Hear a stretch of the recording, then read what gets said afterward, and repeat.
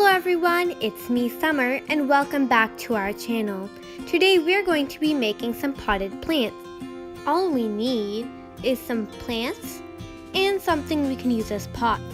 First you need some flowers. If you don't have any flowers like I do, just grab a whole bunch of them. All you need to do is snip them off. Then you'll have something to work with. Now let's make the pots.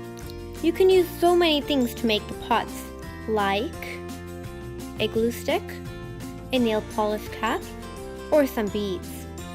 You can use an empty glue stick, take off the cap, and use it as a pot.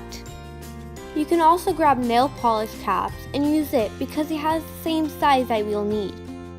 For smaller plants, you can use beads. Now that we have all the pots, we can glue in the flowers.